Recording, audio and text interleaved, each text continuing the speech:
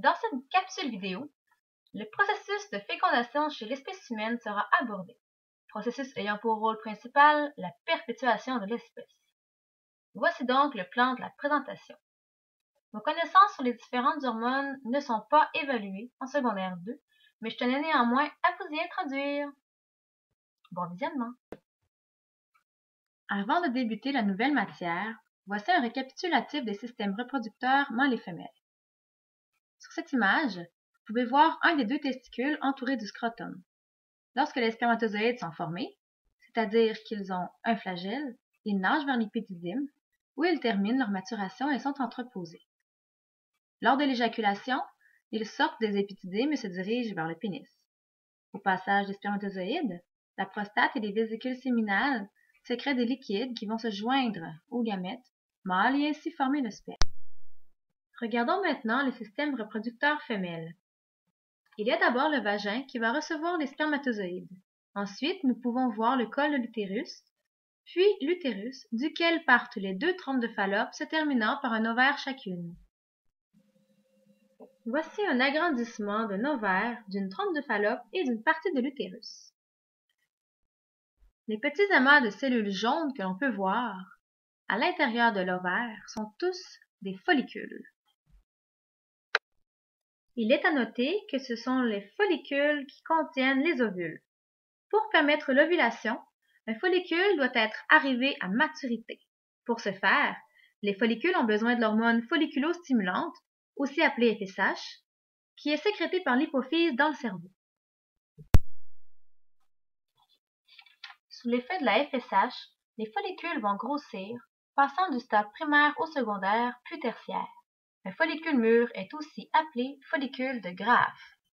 Une deuxième hormone est alors sécrétée par l'hypophyse. Il s'agit de l'hormone lutéinisante, ou LH. Son rôle est de déclencher l'ovulation. Suite à l'expulsion de l'ovule, le follicule formera un corps jaune, essentiel au maintien d'une grossesse. L'ovule ne vit qu'une seule journée. Il est donc fécondable pendant les 24 heures suivant l'ovulation. Un seul spermatozoïde parmi les millions éjaculés réussira à le féconder. Oh, regardez! En voilà justement un qui arrive, à l'entrée de la trompe. Il vient de parcourir, à son échelle bien sûr, l'équivalent de la distance qui sépare la Terre et le Soleil. Il sera bientôt récompensé de ce long et périlleux voyage. Toutefois, avant de pouvoir féconder l'œuf, le spermatozoïde doit subir la réaction acrosomale. Cette image montre l'interaction entre les deux gamètes sexuelles. L'acrosome se situe dans la tête du spermatozoïde. Lors de la réaction acrosomale, le spermatozoïde laisse en quelque sorte sortir son acrosome et les protéines dont il est constitué vont réagir avec celles de la membrane plasmique de l'ovule.